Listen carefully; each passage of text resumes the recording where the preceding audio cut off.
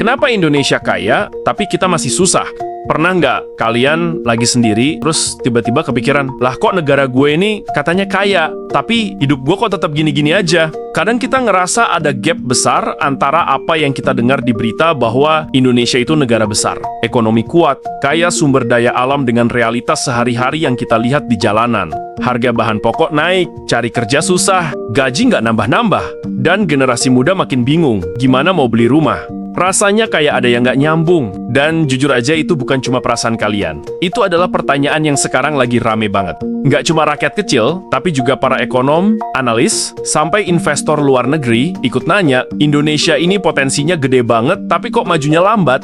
Masalahnya adalah jawabannya pahit dan seringkali nggak enak buat didengar. Tapi kalau nggak kita omongin sekarang, kapan lagi coba? Yang bikin video ini penting adalah karena kalian generasi muda sekarang punya kekuatan yang dulu nggak ada, yaitu akses informasi, kemampuan memantau uang negara, dan keberanian buat menanyakan hal yang dulu dianggap tabu. Dan justru dari pertanyaan-pertanyaan pahit ini, muncul harapan bahwa Indonesia bisa berubah. Karena nggak ada perubahan tanpa kejujuran. Dan hari ini gue akan ngomong jujur. Jadi pastiin kalian nonton video sampai akhir, karena di akhir video gue akan kasih kejutan ke kalian.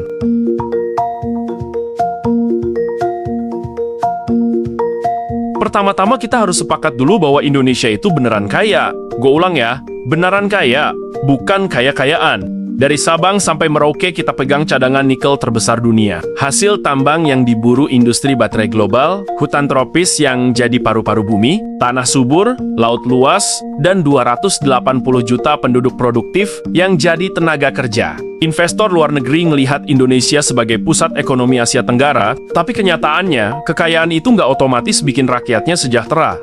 Kenapa bisa begitu? Karena kekayaan alam sifatnya cuma potensi. Dia tuh kayak emas yang masih kebungkus tanah. Kalau cara ngolahnya salah, yang nikmatin bukan rakyat, tapi segelintir orang yang dekat sama akses kekuasaan dan modal besar. Dan ini terjadi bukan cuma di Indonesia, tapi di semua negara yang kaya sumber daya, dari Afrika sampai Amerika Latin. Parahnya lagi, sistem yang kita warisi itu bukan sistem yang dibangun dari nol, tapi hasil tambal sulam dari era kolonial sampai reformasi. Jadi ada banyak hal yang selama puluhan tahun berjalan autopilot. Dan autopilot ini sering banget menguntungkan kelompok tertentu, bukan mayoritas rakyat. Yang bikin makin berat adalah distribusi kekayaan kita timpang. Data resmi jelas bilang bahwa pertumbuhan ekonomi Indonesia masih bagus, tapi kesenjangan juga tetap tinggi. Artinya ekonomi tumbuh, tapi yang kaya makin kaya, dan yang miskin masih di situ-situ aja. Jadi kalau kalian ngerasa hidup nggak berubah, walau negara katanya maju, itu bukan seutuhnya salah kalian. Itu salah sistem distribusinya. Dan setelah kita ngomongin semua itu muncul pertanyaan paling pahit. Berarti selama ini kita dibohongi dong? Cuma yang sering ke-skip adalah konteksnya. Indonesia kaya, tapi kekayaannya bocor sebelum sampai ke masyarakat. Dan itulah pintu masuk ke masalah berikutnya.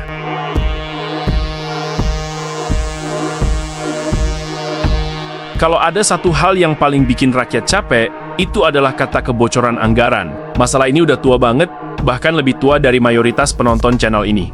Setiap tahun, BPK ngeluarin laporan resmi tentang penggunaan anggaran negara, dan selalu ada catatan soal penyimpangan. Tahun 2025 pun begitu, kebocoran anggaran masih jadi biang kerok yang bikin Indonesia susah naik kelas. Yang perlu kalian pahami adalah kebocoran anggaran itu bukan cuma soal korupsi uang, itu juga soal pemborosan, proyek markup, dana fiktif, kualitas kerja buruk, dan belanja yang nggak relevan. Contohnya, jalan dibangun tahun ini, rusak tahun depan. Kenapa? Karena kualitasnya sengaja dibuat hemat, supaya proyek perbaikan bisa dianggarkan terus. Ini bukan teori konspirasi, ini fakta yang BPK dan KPK udah ungkap berkali-kali. Kebocoran juga bikin harga proyek pemerintah jadi absurd. Pembangunan sekolah yang harusnya bisa 3 miliar, bisa melonjak jadi 7 miliar. Pengadaan barang yang di pasaran cuma 2 juta, bisa dicatat 15 juta. Dan ketika uang negara disedot tanpa manfaat maksimal, siapa yang paling dirugikan? Rakyat yang bayar pajak, rakyat yang butuh infrastruktur bagus, rakyat yang harus bayar biaya hidup makin tinggi karena banyak layanan publik kehambat.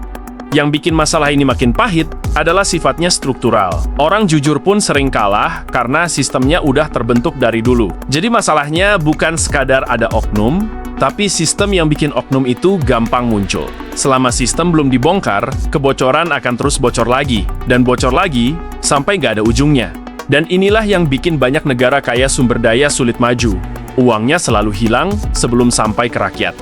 Indonesia bukan pengecualian, tapi kita masih punya harapan. Terutama karena tekanan publik sekarang jauh lebih besar dibanding 10 tahun lalu. Generasi kalian berani marah, berani nanya, dan berani ngupas data. Itu ancaman besar buat budaya lama.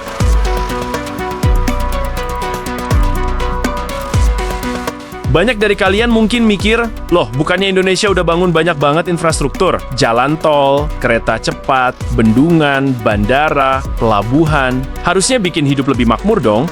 Secara teori iya, negara-negara maju juga pakai resep yang sama. Bangun infrastruktur, buka akses, turunin biaya logistik, ekonomi naik. Dan ini penting, pembangunan infrastruktur Indonesia 2014 sampai 2024 memang masif dan manfaatnya nyata. Biaya logistik turun, arus barang makin cepat, dan beberapa daerah yang dulu terisolasi, sekarang jauh lebih terhubung. Tapi masalahnya ada di dua hal, harga pembangunan dan kualitas penggunaannya. Pertama, biaya infrastruktur Indonesia sering jauh lebih mahal dari negara lain. Contohnya, beberapa proyek jalan tol dan bandara tercatat memiliki biaya per kilometer yang lebih tinggi dari standar Asia Tenggara. Penyebabnya, markup pembebasan lahan berantakan, manajemen buruk, dan proses tender yang gak kompetitif. Kedua, ada mismatch antara proyek yang dibangun dan kebutuhan rakyat. Ada daerah yang infrastruktur dasarnya aja belum beres. Misalnya, jalan desa, rumah sakit, dan sekolah. Tapi malah dibangun proyek besar yang nggak langsung meningkatkan kesejahteraan. Di atas kertas kelihatan megah, tapi di lapangan, rakyatnya masih jalan kaki ke puskesmas yang jaraknya belasan kilometer. Ini bukan berarti semua proyek jelek. Banyak yang bagus, berkualitas, dan memberi manfaat. Tapi sebagian lagi gagal memberikan dampak ekonomi karena perencanaan kurang matang. Masalahnya, uangnya sudah keluar dan nggak bisa balik.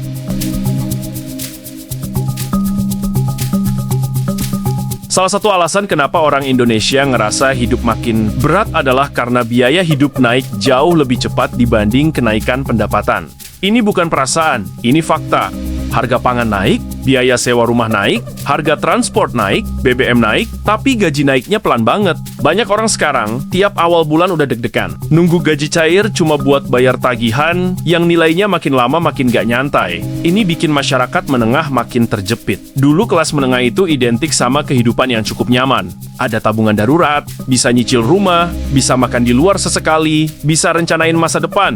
Tapi di 2025, kelas menengah justru jadi kelompok yang paling rapuh. Mereka bukan miskin, tapi juga jauh dari aman.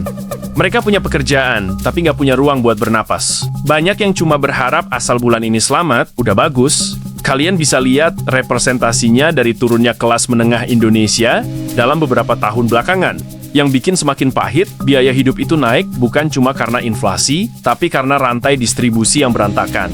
Dari petani sampai meja makan kalian, harga bisa naik berlapis-lapis karena perantara yang terlalu banyak. Petani cuma dapat untung tipis, tapi harga di kota melambung. Akhirnya, rakyat yang nggak salah apa-apa harus bayar lebih mahal hanya karena sistemnya belum efisien. Dan ini bukan rahasia. Pemerintah sendiri udah beberapa kali mengakui problem rantai pasok yang terlalu panjang. Lalu ada masalah besar lainnya yang bikin hidup makin berat, yaitu biaya kesehatan dan pendidikan yang terus naik. Tahun 2025, BPJS memang membantu banyak orang. Tapi antrean panjang, fasilitas kurang, dan banyak obat yang harus beli sendiri. Selain itu, yang lebih bikin orang frustrasi adalah kenyataan bahwa banyak pekerjaan sekarang makin fleksibel, tapi penghasilannya makin nggak pasti. Anak muda banyak yang kerja di gig ekonomi, seperti ojek online, freelance, atau bahkan part-time. Tapi pendapatan mereka naik turun dan nggak ada jaminan masa depan. Mereka nggak punya THR, nggak punya tunjangan, nggak punya perlindungan. Mereka bekerja keras di jalanan, tapi tetap nggak bisa nabung 100.000 pun tanpa rasa cemas. Akhirnya muncul kesimpulan pahit. Rakyat bekerja lebih keras, tapi hasilnya kurang terasa. Hidup makin kompetitif, tapi kesempatan terasa menyempit. Dan inilah kenapa banyak orang bilang, kayaknya negara ini cuma maju di angka tapi nggak di hidup nyata. Bukan karena rakyat males atau nggak berjuang, tapi karena sistemnya belum cukup berpihak pada mereka.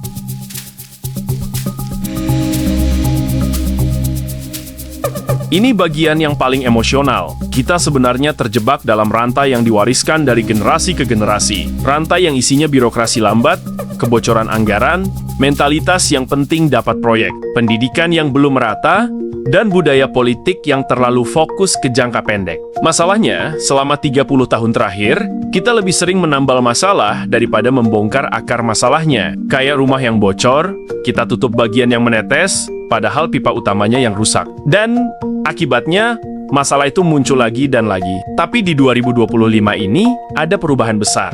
Generasi muda nggak mau nerusin pola lama. Kalian kritis, kalian melek data. Kalian bisa bandingin Indonesia dengan negara lain dalam 5 detik lewat internet. Ini hal yang nggak dimiliki generasi sebelumnya. Dan justru karena itu ada harapan. Karena siapa yang bisa memutus rantai ini? Bukan pemerintah doang, bukan politisi doang, tapi generasi kalian. Generasi yang berani bilang, gue mau negara gue bener. Dan itu yang bikin cerita Indonesia masih bisa berubah.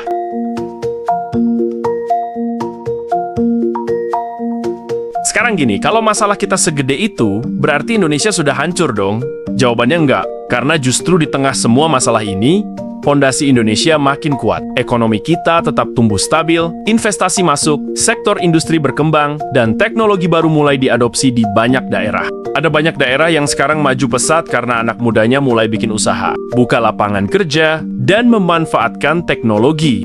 UMKM makin gampang go digital. Ekonomi kreatif tumbuh, energi terbarukan mulai bangkit. Bahkan industri baterai kendaraan listrik Indonesia sekarang jadi salah satu yang dilirik dunia.